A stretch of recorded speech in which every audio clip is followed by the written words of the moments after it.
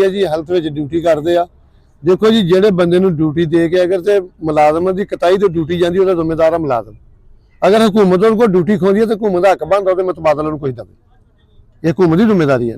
अगर हुकूमत ने तुहाडे कोई महकमा प्राइवेट किया या तुहाडे कोल नौकरियां खोईयां ये हुकूमत का ना बनता, क्योंकि जो इन्ने मेहनत कर रहे थे महकमे ने उन्होंने परवरिश किया अपना 15 साल का अरसा या 10 साल का अरसा गुजारा, लोग कितने जाएंगे?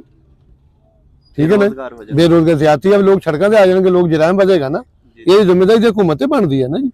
ਹੁਣ देखो ना जो तुहाडे महकमे ने प्राइवेट ही किया तो प्राइवेट उन्होंने गल कहण भी जिन्होंने की सर्विस है जो जो इन्होंने रूल से भर्ती किए गए वो इन्होंने देना तुसीं, ये जिम्मेदारी हुकूमत की बनती। हुकूमत एक बयान ही देकर सैन ही करने ना, अमल दरामद आपे हो जाना।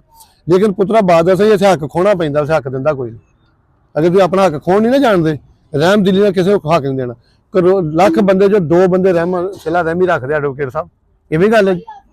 बाकी बंदे जालम परस्त ने, जालम देने के लोग मालिक ने। अगर तुम अपने हक वास्ते तेरी महकमा हक वास्ते ना उठिया तो रोड से मंगना जे। अगर हक का साथ ना दे तो अपने मफाद वास्ते देना ना, उन्हें तेनों तो नहीं ना देना। अगर वो तेरा साथ नहीं देंगे तो अपना ही नुकसान कर रहे। अगर वो तेरा साथ देंगे तो उन्हें अपना हक लेना, उन्हें अपने बच्चों का हक लै जाएंगे। उन्हें हक बनता अगर तू हक ते तेरा साथ दे। अगर तू हक ते साथ ना, अगर तू हक ते आ तो उन्हें हक बनता तेरा महकमा तेरा साथ दे। जी इस महकमे हुकूमत अगे भी गुजारिश है, अगर उन्होंने प्राइवेट महकमा किया जो मुलाजम जिन्हें तुम आउट कर रहे हो उन्होंने हकूक तो दो ना, वो मुतबादल कुछ दो, ना सड़कों पर जाएंगे। अगर फिर भी जान तो फिर उन्होंने सजा दो। अगर तुम हक नहीं देंगे कोई सड़कों जाते फिर सजा दे हकदार तो नहीं, अपना हक मंगना तो बनता। अगर तेरा महकमा तेरा साथ नहीं देगा तो अपने नाल पुत्रा बुरा कर रहा, तेना नहीं बुरा कर रहा।